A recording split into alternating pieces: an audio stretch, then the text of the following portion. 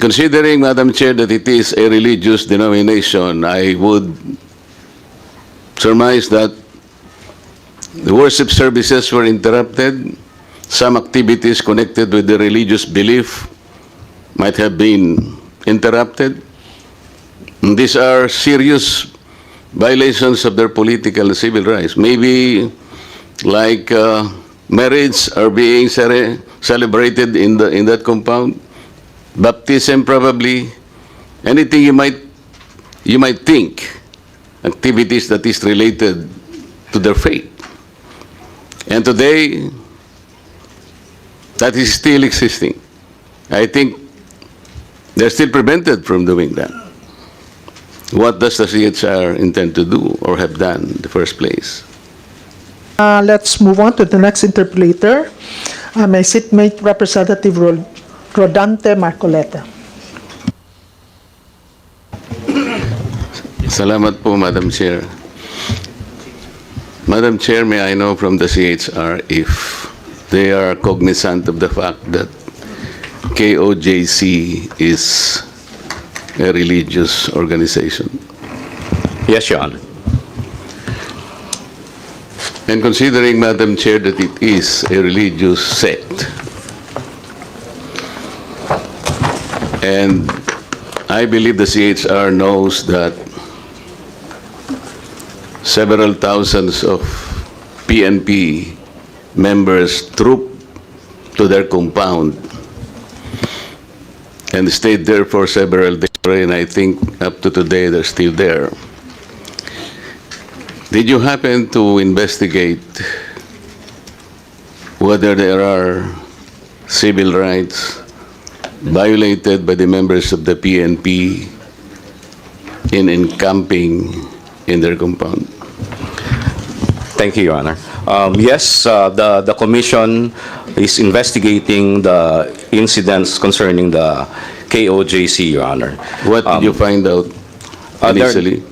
The field or our regional office is still conducting its investigation, and we expect the regional office to submit its recommendation the soonest, Your Honor. And yes, I agree with you that there are several rights that may be involved here.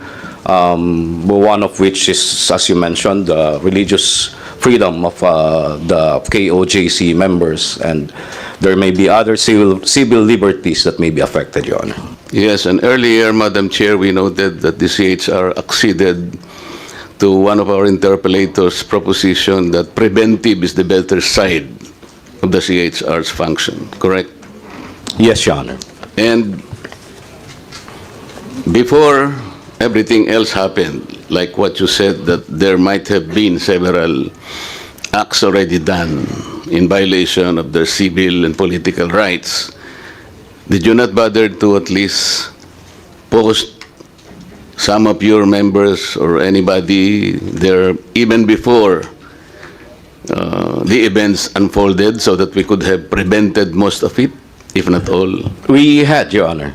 In fact, we assigned at least 3 investigators in the area, Your Honor, as early as September 1. Did they have the power to restrain or even advise the members of the PNP as to the action that they should do in relation to possible violations of their political and civil rights? They have no power to prevent, Your Honor, but they can advise the state actors. Did they advise the state actors? Yes, Your Honor. In fact, And what did the state actors do after being advised? and as we all know, Your Honor, they proceeded.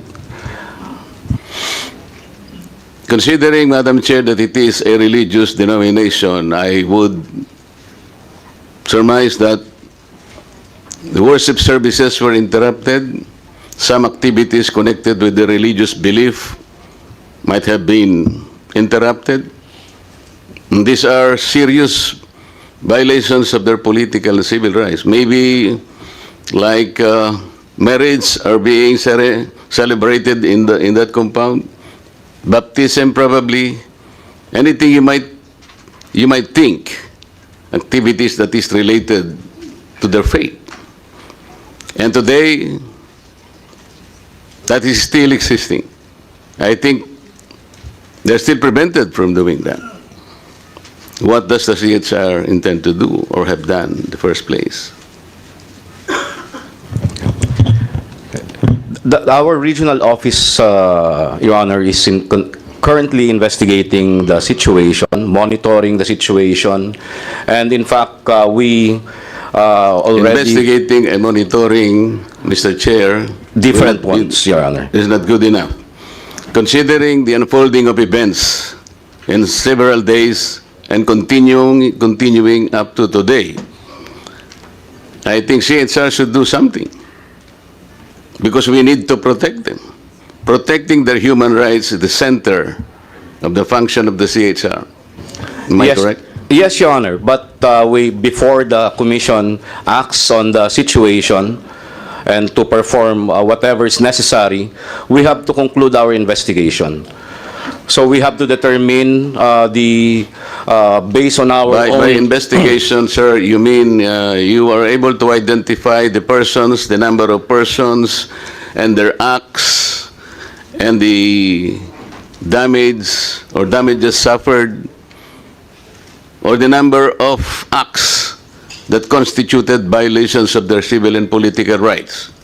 Yes, Your Honor. Those are among the details that we might need. And when can this committee receive a report so that probably even Congress can act on it and do something about it? Yes, Your Honor. As soon as the investigation is concluded, Your Honor, and the Commission and Bank... You have a time frame, sir? Ano ba time frame natin?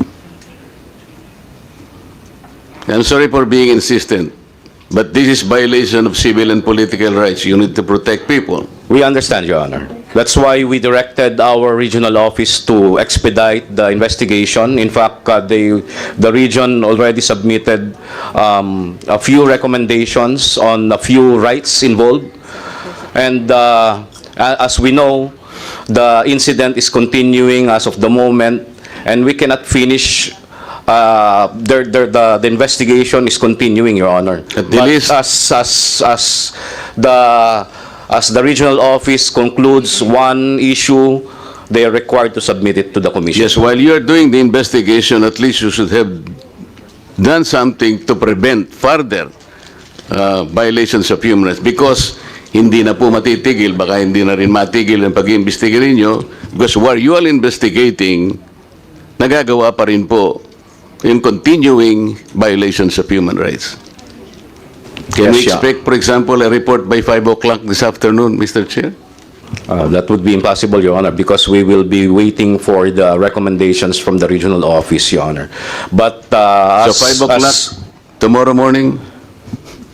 Or 5 o'clock 3 days later? Perhaps, Your Honor, after the September 10 meeting of the Commission and Bank, we may have decided on a certain matter. That will be 1 week from today. Yes, And Your we are expecting that there are a lot more violations will happen. Am I correct? Yes, Your Honor. Okay.